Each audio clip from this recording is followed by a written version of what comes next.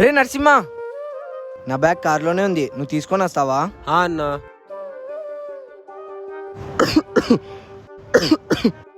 రే నరసింహ, తాగడానికి కొన్ని నీళ్లు తీసుకొని రారా.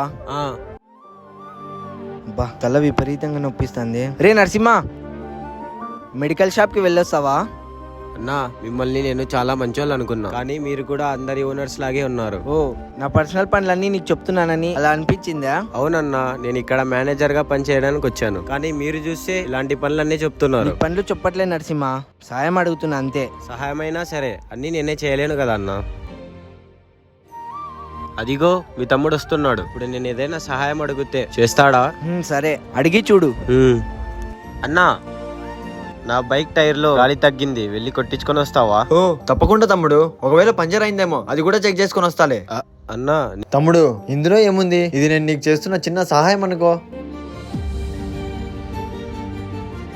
చూసావా, నాకు ఒంట్లో బాలేదని చెప్పి సహాయం అడుగుతున్నా. సహాయం చేయడానికి అంత గర్వం ఎందుకురా? మనం చేసే సహాయాన్ని పనితో పోల్చుకుంటే ఆ సహాయానికి విలువ ఉండదురా. ఆ మెడికల్ షాప్కి నేనే వెళ్తాలేరా. అన్నా,